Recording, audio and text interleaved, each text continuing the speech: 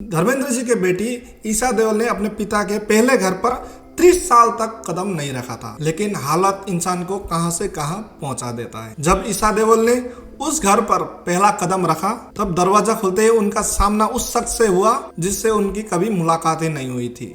धर्मेंद्र जी के गुजर जाने के बाद उनके परिवार से जुड़ी कई सारी बातें सामने आ रही है, लेकिन एक बात ऐसी है जो शायद बहुत कम लोगों को ही पता होगा। Hello hi and welcome to the Jugnu star. यहाँ पे मिलते हैं आपको बॉलीवुड से जुड़ी लेटेस्ट खबरें। आज हम इस वीडियो में ऐसे शख्स के घर की कहानी बता रहे हैं जिन्होंने अपनी पूरी जिंदगी दो घरों को एक डोरी से बांध कर रखा। ना कोई कंट्रोवर्सी, ना कोई फैमिली ड्रामा, लेकिन आज उनके गुजर जाने के बाद कई सारी बातें सामने आ रही है। आपको पता होगा कि बॉलीवुड के ही मैन कहलाने वाले धर्मेंद्र जी ने 2 शादियां की थी। 1954 में उन्होंने प्रकाश कौर से शादी किया था, जिससे उनके 4 बच्चे हुए, सनी देओल, बॉबी देओल, अजिथा और विजय था। 1980 में उन्होंने दूसरा शादी किया हेमा मालिनी से। हेमा मालिनी से उनके 2 बेटियां हुई, ईशा और आहाना। लेकिन धर्मेंद्र ने कभी भी प्रकाश कौर को तलाक नहीं दिया। उसके बाद दोनों परिवार अलग अलग रहने लगे। प्रकाश कौर अपने बच्चों के साथ उनके पुराने वाले घर में रहते थे, लेकिन उस घर में हेमा मालिनी या उनके बच्चे कभी भी कदम नहीं रखे।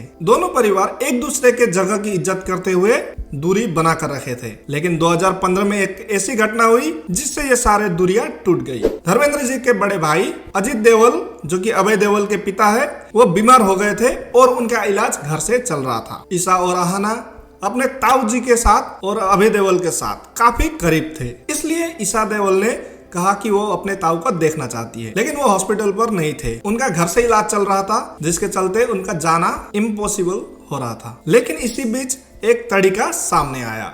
ईशा देओल ने फोन किया सनी देओल को, जिसके चलते सनी देओल ने भी पूरी व्यवस्था करवाई जिससे ईशा अपने ताऊ से मिल सके। इसके बाद ईशा देओल पहली बार उस घर पर गई और अपने ताऊ से मिली, लेकिन उस घर पर 30 साल बाद ईशा देओल पहली कदम रख रही थी और इस दौरान पहली बार ईशा देओल का मुलाकात हुआ प्रकाश कौर से। इसके बाद ईशा देओल ने प्रकाश कौर का पैर छुआ और वहीं प्रकाश कौर ने भी ईशा देओल को आशीर्वाद दिया। ये पूरी घटना ईशा देओल ने अपने किताब पर बताई है। ईशा की अपनी book Hema Malini beyond the dream girl में ईशा ने ये किस्सा लिखा था और ये पहली बार था जब ईशा देओल ने ये बात की खुलासा किया था। और अब धर्मेंद्र जी के गुजर जाने के बाद ये बातें फिर चर्चा में आ रही है। धर्मेंद्र जी के गुजर जाने के बाद दोनों परिवार ने अपने अपने घर से श्रद्धांजलि दिया। प्रकाश कौर के घर पर प्रेयर मीट हुई और वहीं हेमा मालिनी, ईशा और आहाना के घर पर गीता पाठ और भजन कीर्तन हुआ। आज इस घटना की जिक्र इसलिए हो रहा है क्योंकि ये धर्मेंद्र जी के परिवार की एक भावुक सच्चाई है। अगर आपने यहाँ तक वीडियो देखा तो मैं चाहूंगा आप अपने दिल की बात